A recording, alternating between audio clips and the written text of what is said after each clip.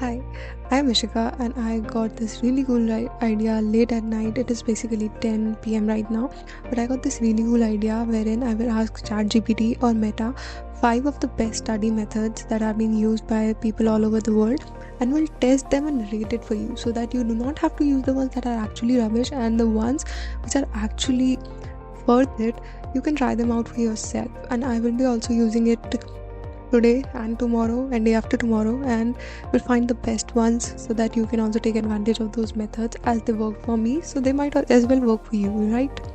So let's start.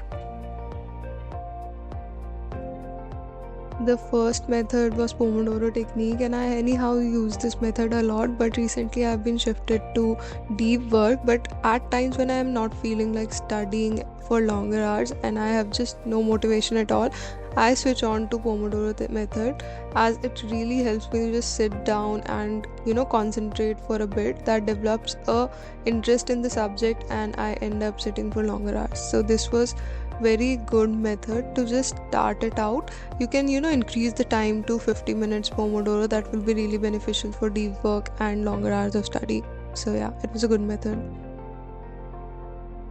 Active recall, it says that you have to practice quizzes and questions and use flashcards to recall the stuff that you actually studied earlier. So here I am solving some questions for that.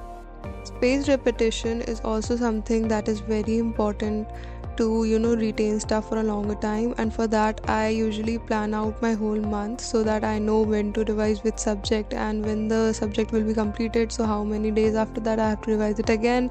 I have a calendar for active recall, for spaced repetition, like everything is just jotted down. So I know that if I've studied this subject today, so I have to repeat it after, let's say, for 2 to 3 days after I completed the subject. So yeah, that is also very important, and it was a very good method. I was able to retain so much more stuff after a month, and it helped me a lot. So yes, I am going to give it a +1 as well. Spaced repetition is definitely very important if you are planning to retain the stuff for longer. So yes.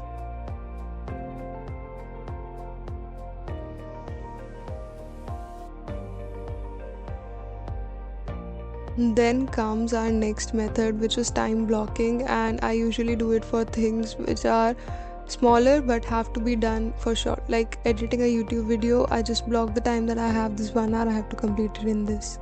Next is review and reflection. Whatever you study, you have to review and reflect what are the topics that you're confident in, what are the topics that need more studying or more revision. So you have to make your plan accordingly. Like you can see, I made a calendar, but I am writing the things that have to be practiced more, that have to be revised more, because I was not that confident in those parts. So it is very important to reflect as well, not just study blindly, but to change the plan as you go. It is not a hard and fast rule that you have to do just what is written and just what you planned in the initial time of the month. You have to modify it and make it more user friendly. So yes, these were all the techniques, and for me personally, I think the best one was active recall, and spaced repetition and stuff was also important, but it was for smaller things. So yes.